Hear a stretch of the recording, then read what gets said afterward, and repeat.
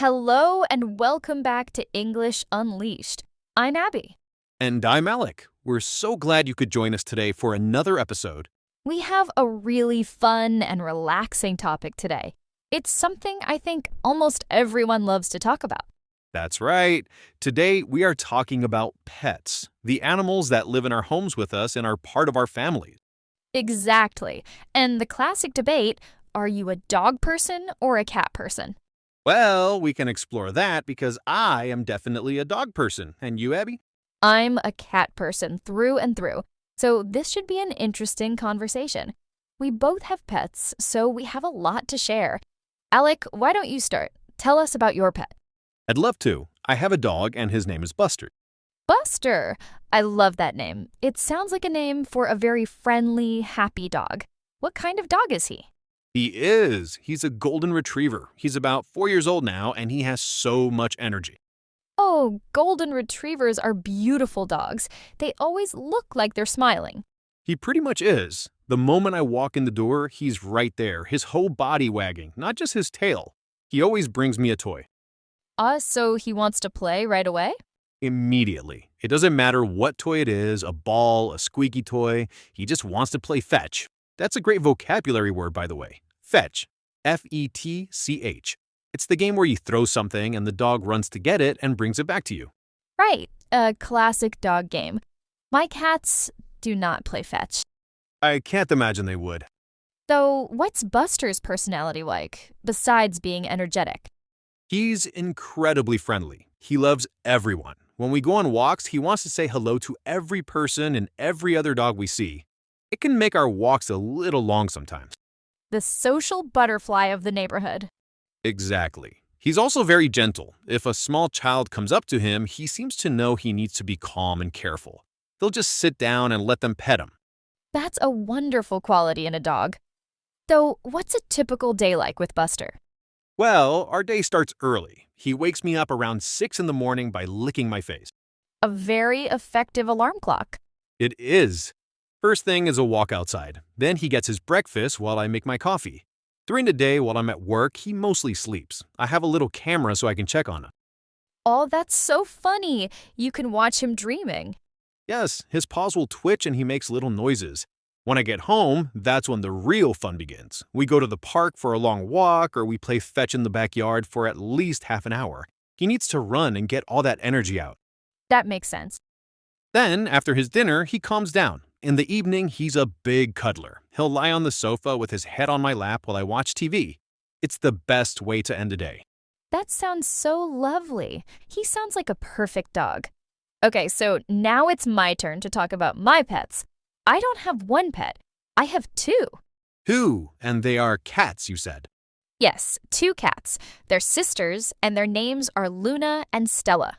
Luna and Stella, Moon and Star. Those are beautiful names. How old are they?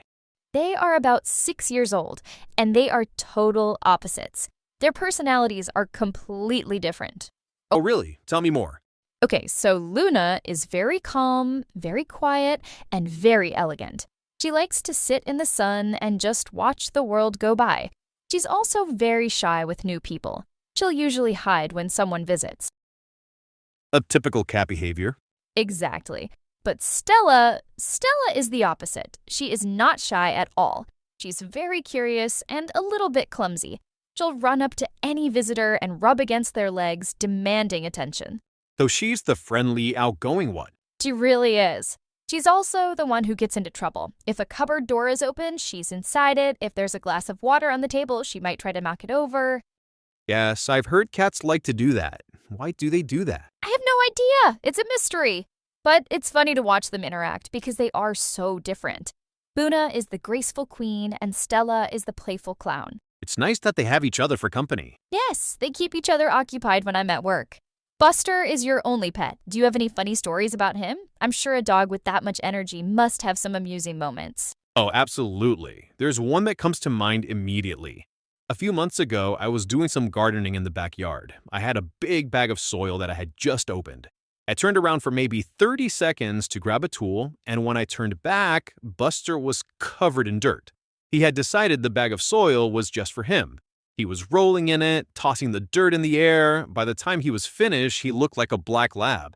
That's a really cute story. Stella can get into mischief too sometimes, but I usually don't have to keep a close eye on them most of the time. Cats are very independent. Right, you don't have to take them for walks. No, definitely not.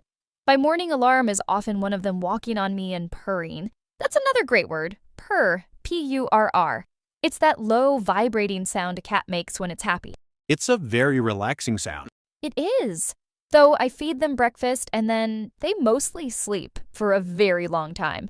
They'll find a comfy spot like a soft blanket or a cardboard box and just nap for hours. That sounds like a nice, easy life. They have a very good life.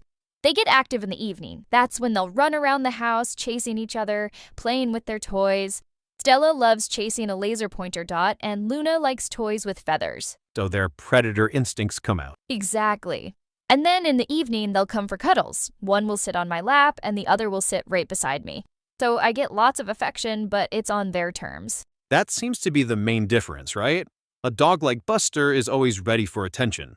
Cats decide when it's time for attention. That's a perfect way to describe it.